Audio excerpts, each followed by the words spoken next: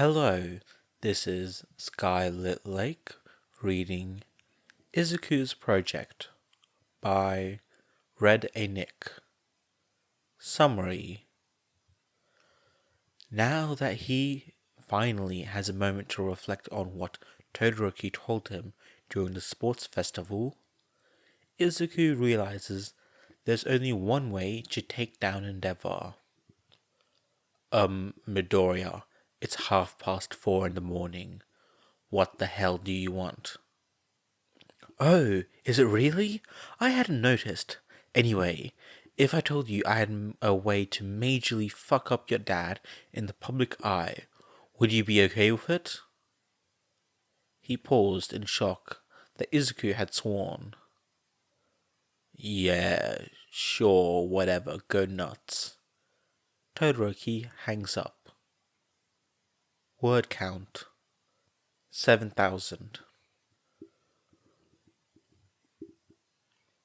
Chapter 1.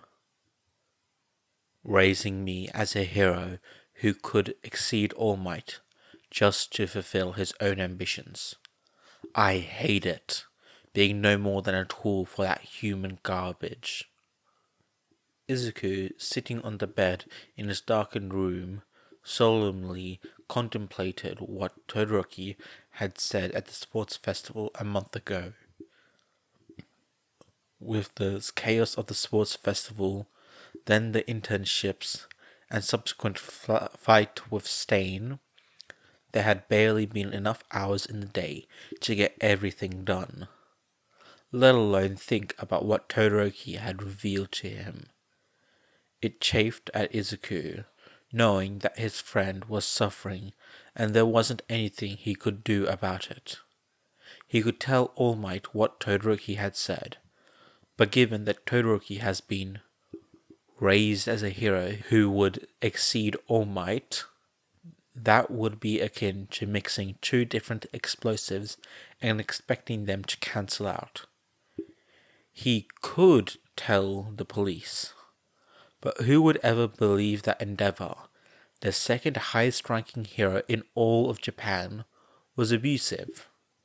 Especially considering Izuku had no evidence.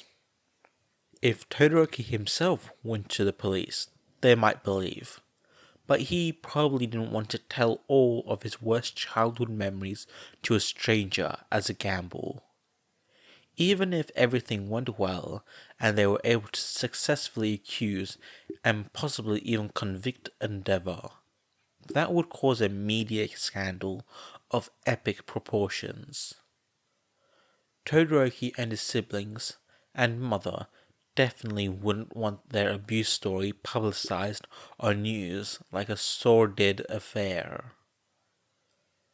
Still, as a hero, there was no way Izuku could ever possibly just stand back while his friend was suffering. Obviously, he couldn't legally take Endeavor to court, but he also wasn't strong enough to kick his ass. Yet. This time, the time it would take to become strong enough to beat the fear of God in Endeavor was too long. Theoretically, he could collect approximately 8 milliliters of nitroglycerin from Kachan's gauntlets, freeze it into ice cubes, and put it into some sweet alcohol like rum, both to make the nitroglycerin work better because it would be diluted from other components of Kachan's sweat, and to mask the sweet and burning taste. From there, he could serve both Endeavor and himself and drinks with ice cubes in them, just in case Endeavor was paranoid enough to be wary of poison. If Izuku drank fast enough that the ice cubes didn't have time to melt, he would be fine. Whereas Endeavor, not knowing he should knock it back, would drink it slowly. Endeavor, most likely, would not pass out and die from his heart slowing to the point of stopping until after leaving. Given nitroglycerin's LD50 of 2 milliliters, but also the dilution. thereby giving Izuku plausible deniability. However, murder was wrong, so Izuku wasn't going to do that. Endeavor was already a subject of much controversy, given his unappealing personality and penchant for destruction. Hero fans were divided on whether or not to support him, despite his personal achievements. Whether or not to support him despite his personal achievements. It would be much easier to remove Endeavor from his position as a widely respected hero, which he treasured over all else, than to take him on legally or physically. But how? His unappealing character wasn't enough to bring him down. Perhaps the destruction rate? People care about their money, but destruction alone isn't enough to truly outrage people. Civilian injuries and casualties? Maybe. That would impact people on a personal level. A sort of "that could be me" response. Inspired, Izuku leaped off his bed and booted up his computer.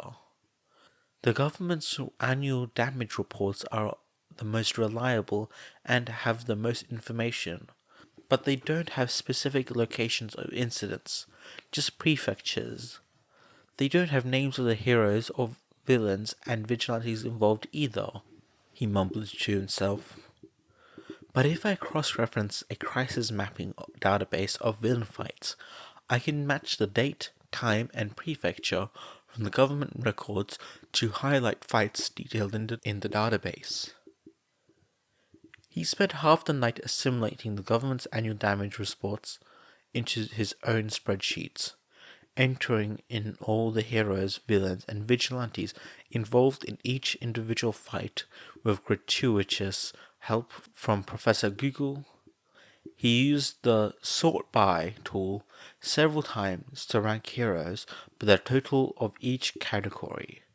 Money lost in damages to public property, money lost in damages to private property, heroes injured while working in teams, heroes killed while working in teams, villains injured, villains killed, villains apprehended, civilians injured, and civilians killed.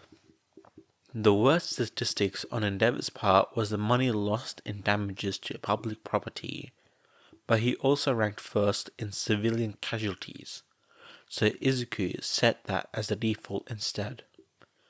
Izuku had a thought. Even with all his evidence that Endeavor was literal Satan and probably kicked puppies in his spare time, Izuku might have been going a bit insane at this point. Fans might dismiss the evidence, claiming that this year could have just been a bad year for the number 2 hero. Izuku sighed and cracked his knuckles. Plus ultra. Several hours later, he had not only added the information of several past years to his spreadsheet of doom, but also used Excel's chart function to generate a scatter plot of Endeavor's failings.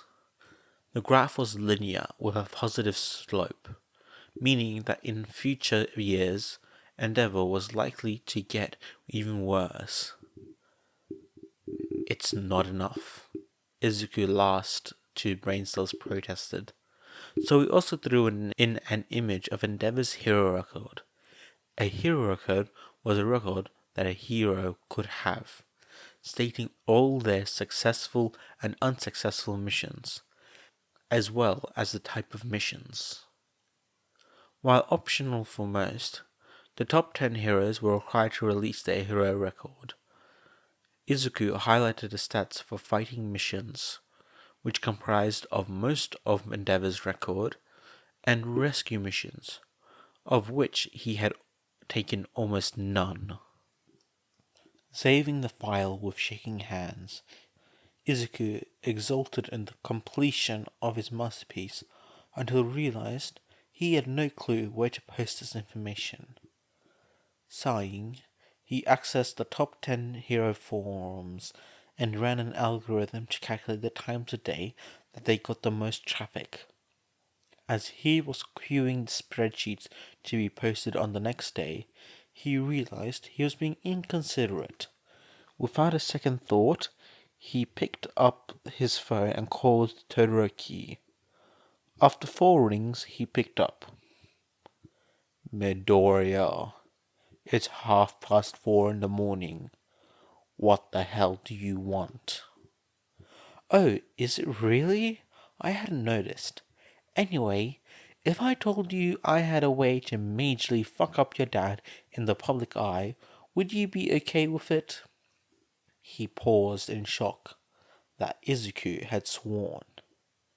Yeah, sure, whatever. Go nuts. Todoroki promptly hung up.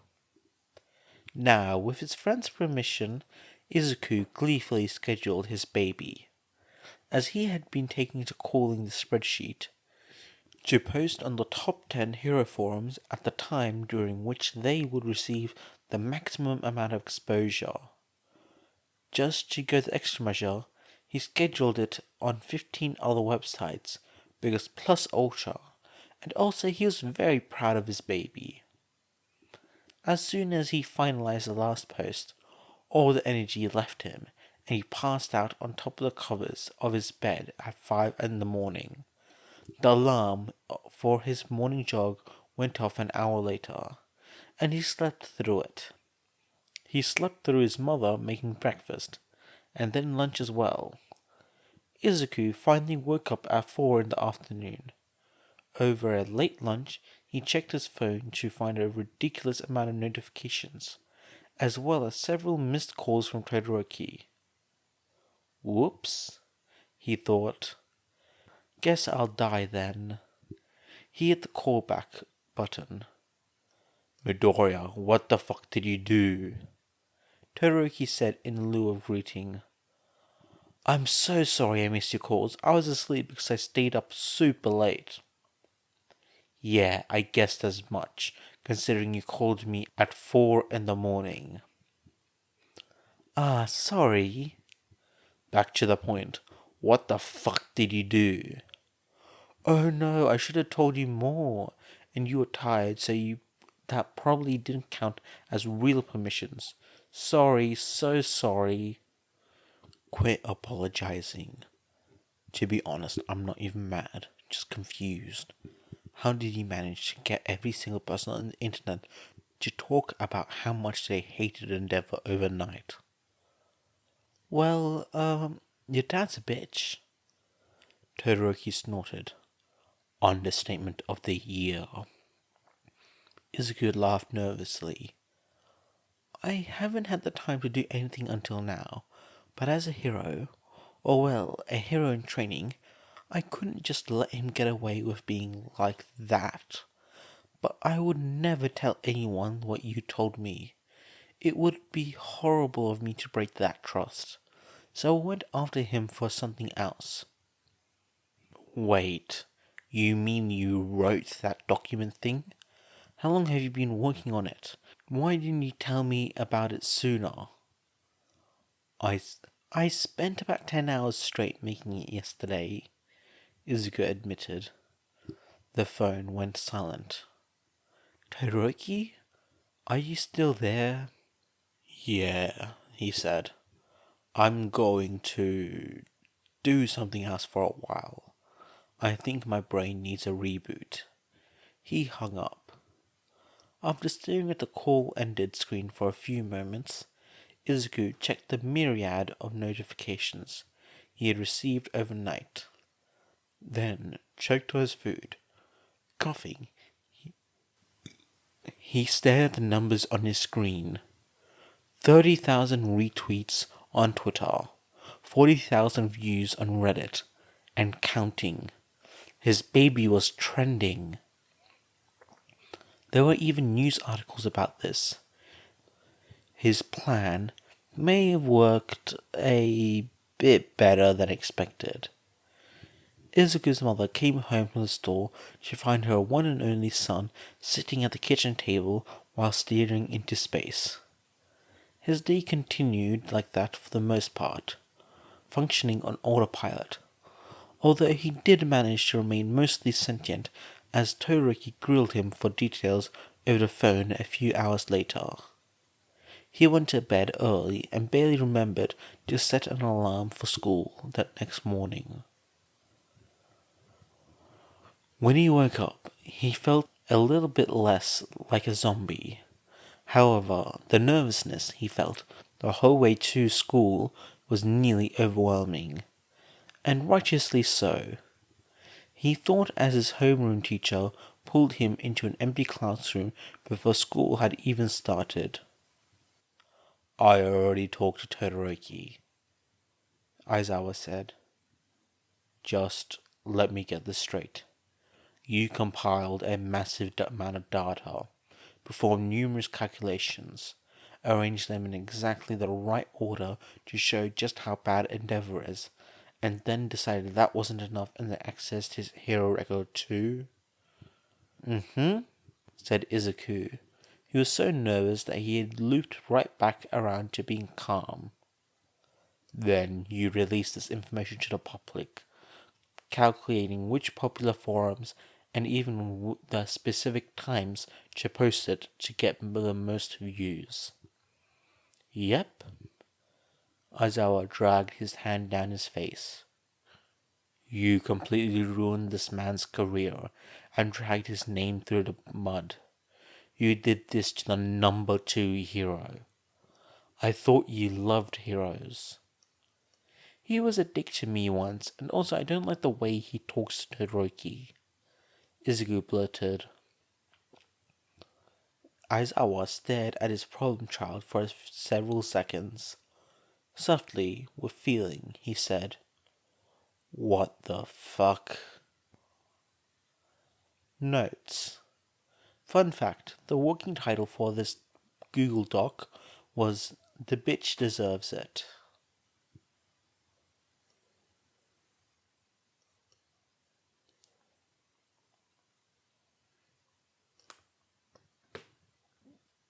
Chapter 2. Somehow, up until this point, Izuku had managed to avoid most of the problems cropping up as a result of his baby. The spreadsheet. The media wanted to interview the person who had released such a groundbreaking piece of work. People wanted to know if he was going to release more content. Heroes were scared. Who was next? Izuku's friends hadn't caught on to the fact that Japan's recent political upheaval was single-handedly his doing, for which he was grateful. Aizawa hadn't punished him, but was now treating him like a toddler with a grenade, a sweet child who would wreak unmitigated havoc at a moment's notice. President Mike seemed like him even more oddly. President Mike seemed to like him even more, oddly enough. His mom had taken one look at the news and deduced her son was behind it. She hugged him, shed a single tear, and proclaimed how proud his father would have been. That was probably more unsettling than anything else that had happened. Despite all the unexpected backlash, Izuku had dealt with the situation through careful deliberation and forethought. This meant that it stung a little bit when all the shit he had been avoiding for 2 months caught up with him through sheer dumb luck. Izuku stared across the dairy aisle of his local convenience store. Self-proclaimed villain Darby stared back, hand frozen in a box of string cheese. "I feel like I should probably fuck your shit up," Darby said, "but I don't feel like it. Good job exposing Endeavor for the piece of shit he is, kid."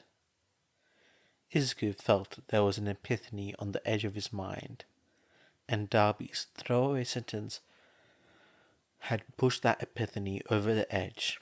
His eye shape and color, The similarity in his voice, his frame, his quirk, his dislike of endeavor, the box of black hair dye in his basket. Izuku connected the dots. "You're Todoroki's missing brother, aren't you?" he breathed.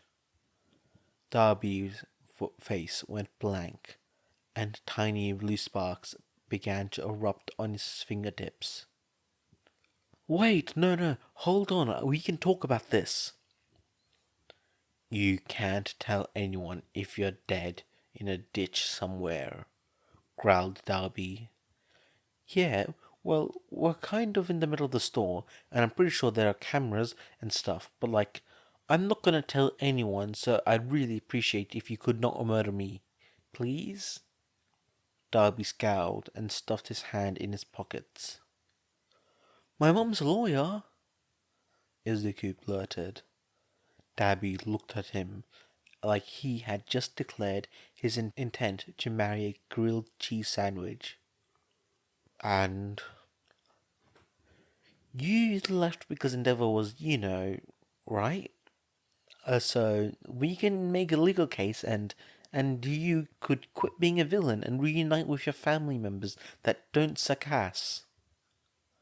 Darby looked lost. "Why?" "Why what?" "Why would you help me?" That's what a real hero does. He helps someone whenever he can. But I also have a selfish reason. Your brother is my friend. I want to make him happy. Darby was silent for a long, strained moment before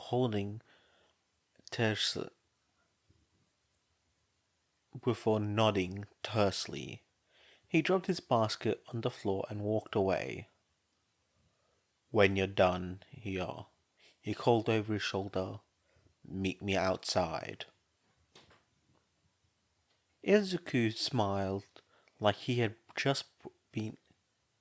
Izuku smiled like he was being held at gunpoint, or having his picture taken for his driver's license. "Hi, Mum. I bought a friend." "Oh, how nice. What's your name, dear?" Inko asked, bullheadedly ignoring Darby's suspicious, everything. "Darby," he grunted. Izuku stared him in the eyes until Darby averted his gaze and corrected, "Todoroki Toya." Inko's face lit up. Would would you be happen to related to? "Please don't say never, please don't say never," Toya internally begged. "Izuku's friend Shoto?" He untensed a little. "He is my younger brother." Inko suddenly regarded him with the intensity of a hawk's eye, which seemed so out of place on her sweet,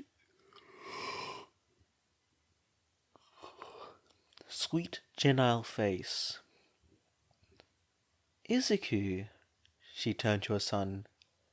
"Yes?" he yelped. "Am I putting together a court case against Endeavor?" she asked quietly. Toya felt a drop of sweat roll down his neck. Scarily intelligent, he thought. Oh God, it runs in the family. Izuku nodded, every bit as serious as his mother. "Good then, get out," she said. "Wait, what?" Izuku did a double take. "You heard me," she smiled. "I'll work with your friend here. You go have fun." Izuku opened his mouth to protest. "Yes, I know you can help," she interrupted. "But I don't want you to. Let Mummy take care of this one, sweetheart." I was wrong, Toyo thought. She's worse. Alright, should I write more inflammatory literature or something? I'm at a loss." Izuku said. Do whatever makes you happy, sweetie. Oh, okay, he said and walked off to his room, thereby abandoning Toya to his fate. Once again, Izuku was accosted on his way into his homeroom. Deku, Uraka demanded while grabbing his hand. Is it true?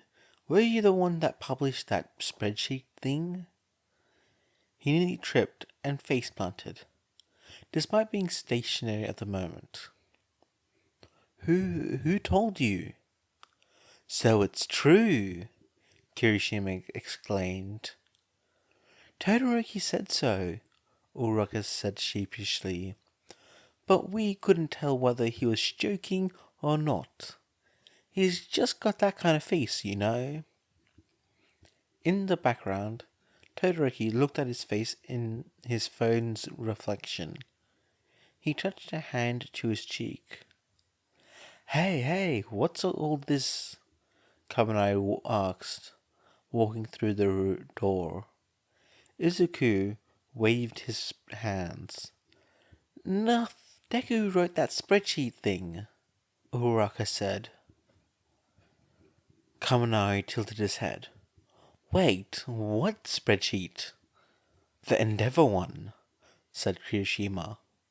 Bullshit, Kaminari scoffed.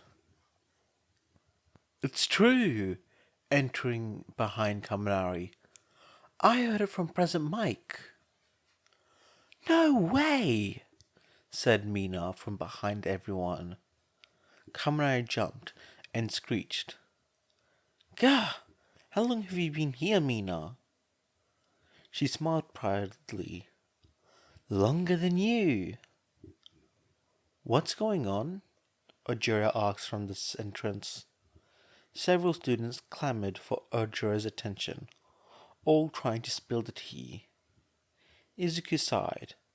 Today was going to be a long day. Izuku was tired of being stared at. It was only lunchtime, yet it seemed half the school knew his secret. For fuck's sake, even Monoma was wary of him. Monoma! Every business student in the cafeteria, and quite a few that Izuku was pretty sure were supposed to be in class right now, was crowding around him for an autograph. A word of wisdom. Or even just to offer him lunch. To top it all off, Principal Nezu had approached him about something. He was very cryptic about the whole thing, but the general vibe that Izuku got from him was that he wanted to teach him.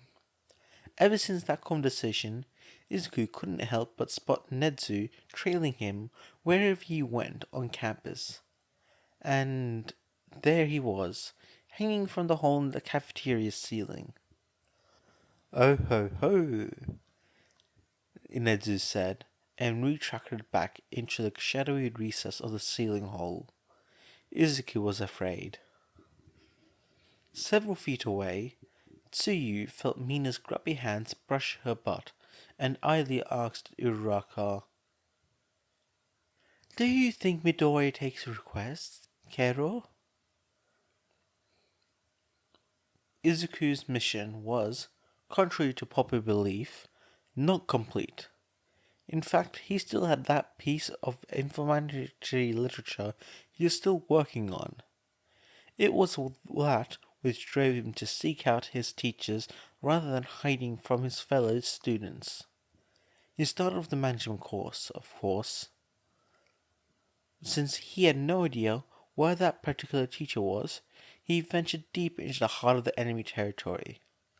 Okay, he just went to the management dorms and asked the night students, and left as quickly as he could, considering the hushed whispers of 10 hours and a lock of hair for the shrine.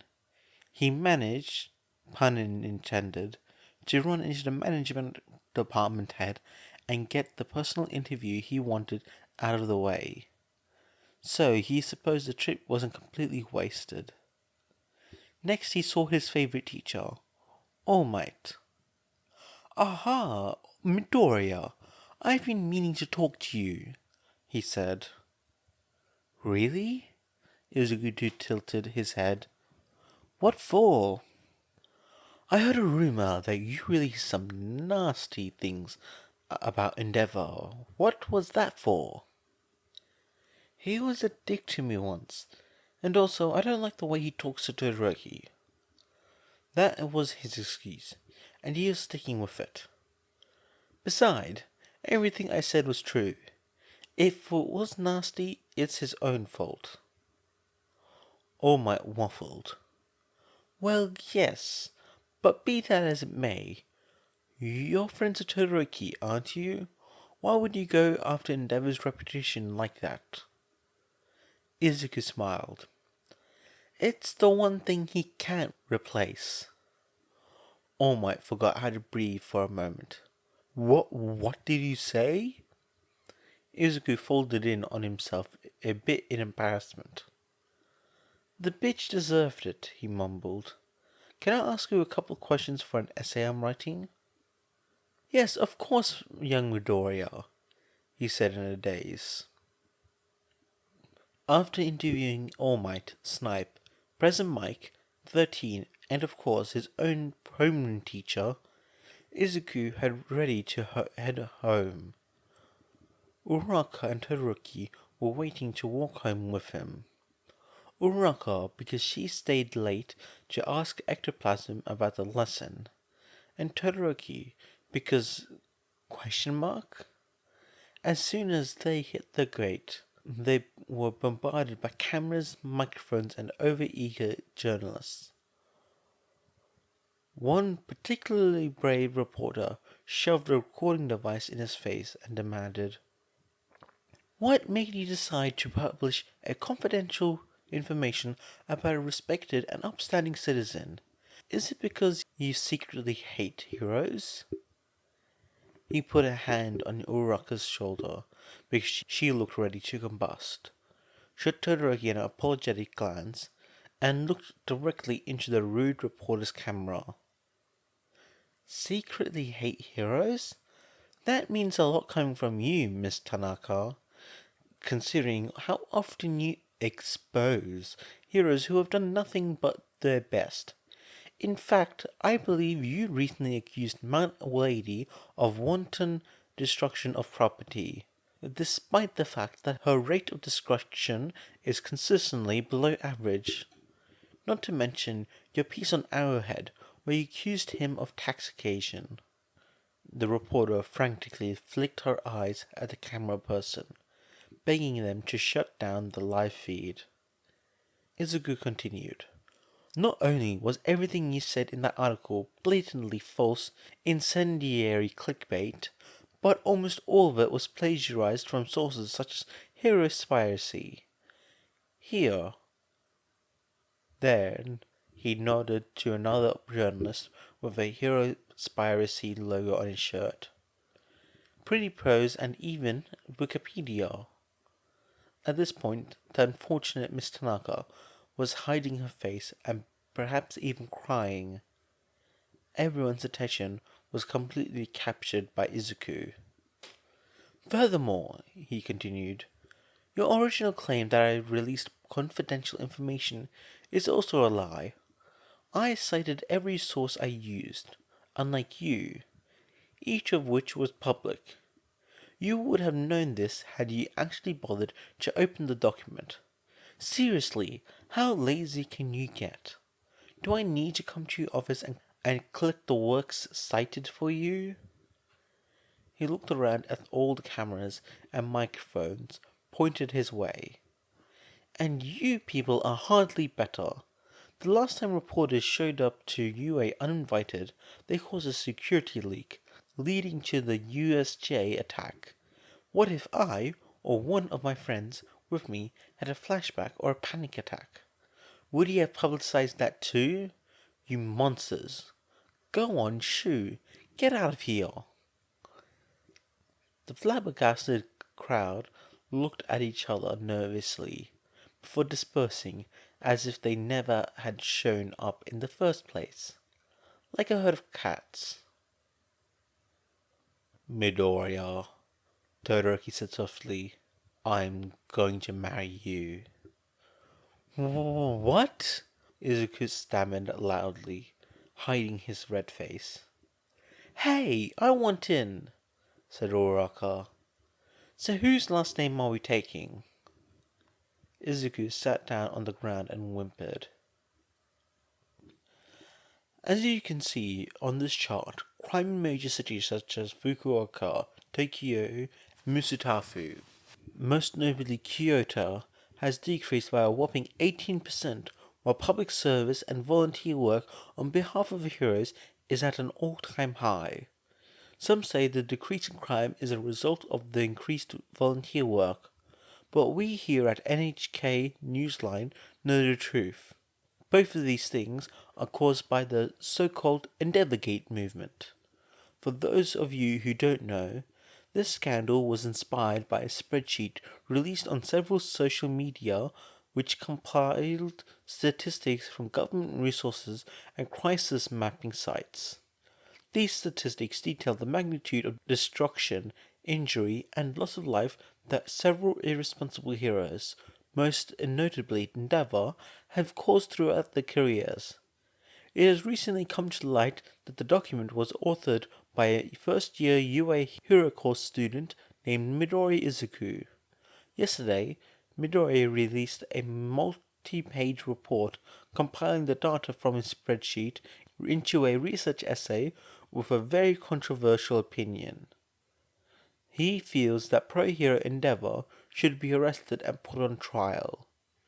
Midoriya says, if Japanese pro-heroes are truly so weak and the system so poorly designed that a drastic increase in villainous activity would occur, then the system is defunct and needs to be dismantled and rebuilt entirely. He goes on to say that if the Japanese government is too cowardly to bring Endeavour to justice as he deserves, then there will be no other option but to involve the United Nations, as surely the continued protection of villainous persons such as Endeavour is a sign of corruption and incompetence. Endeavour was unavailable for comment. Damn kid, Toya spoke over the news report on the TV.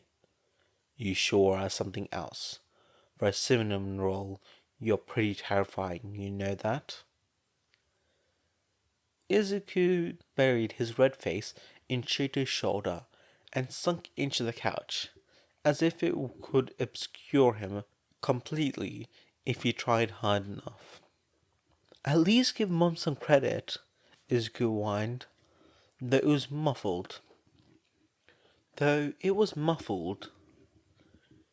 She's the one that got you a trial. And I got off with just 6 months of house arrest. At that, I swear you're half demon and you get it from your mother.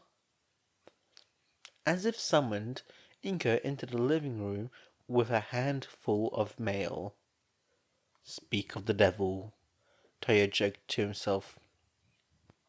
Izuku, sweetie, you've got more of those villain letters, she said, dumping the mail on her son. He extricated himself his new boyfriend to examine them. Her hands fluttered nervously. I'm pretty sure most of these people shouldn't know where we live, she said. Should I take legal action? The occupants of the room shivered in tandem. No thanks, Mum, Izuku said quickly. I've got it covered. Inko smiled, and the Todoroki siblings both breathed out a sigh of relief. I'll be in the yard if you need me, she said as they waved to her. Anything interesting? Shoto looked over Izuku's shoulder. No, just the same usual. A couple of recruitment offers. He set these aside to hand to the police. And the rest just saying something along the lines of, "We've stopped doing crime, honest, so if you could please not ruin our lives, we would be grateful." I don't think these are going to seem interesting after the note from Shigaraki. Toya sat up sharply. "That jackass sent you a letter?" "Yeah, it was just a smiley face," Shota said. Toya slouched back into his chair. "Gods, that's creepy." "Mum's already on it," Izuku said with eyes of fire and a smile that could put Aizawa to shame. "You're right," Shota whispered. "He's definitely half demon." So, as long as the hero in question, Aizawa's lecture was cut off by the emergency broadcast television in the room coming to life. Students and teachers alike all stared in rapt fixation at the reporter on screen, and more importantly, what was behind her. In the distance, several policemen could be seen escorting pro-hero Endeavor from his home in handcuffs. Izuku stood up out of his desk and cheered. The rest of his classmates were frozen, unable to verbalize anything about what their resident cinnamon roll had accomplished. All his classmates, that is, save one, Bakugo Katsuki, raised his hand in a silent high five, and Izuku took it with tears in his eyes, nearly shedding one when Bakugo didn't pull away with a too slow. "Just for once," Bakugo said. "You didn't suck." Izuku let out a high-pitched, gleeful whine. "That's the nicest thing Kanchan has ever said to me," he warbled. Aizawa abandoned his lecture in favor of crawling into his bright yellowed sleeping bag. He stuck an arm out of his poofy cocoon and swiped it across his desk, knocking stacks of papers, various pens, and several paperweights onto the floor. He climbed on top of his desk and lay flat as the ding of the television continued. He mumbled, "Thank God he's not a villain."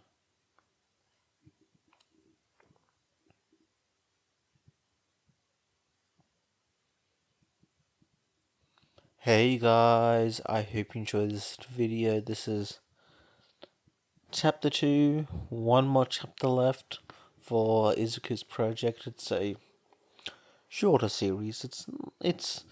I mean, like I said before, I could not be bothered trying to make this into a one video kind of situation, which is just so much. But you know what? I'm happy I'm doing this. Redneck's a good offer, even though he has released his cursed content, which I'm not sure when I'm releasing this, if it's after or before my 500 subscriber special. If it's before, well, good luck to everyone who wants to listen to the 500 subscriber special. Your only hint and warning is Shrek. And trust me, it's MHA. It's Shrek and MHA. It is cursed and it is absolutely funny. I saw it long ago and have been eyeing it for a while. Anyway, please give kudos and comments and bookmark to the author, and I'll see you guys next time. Bye!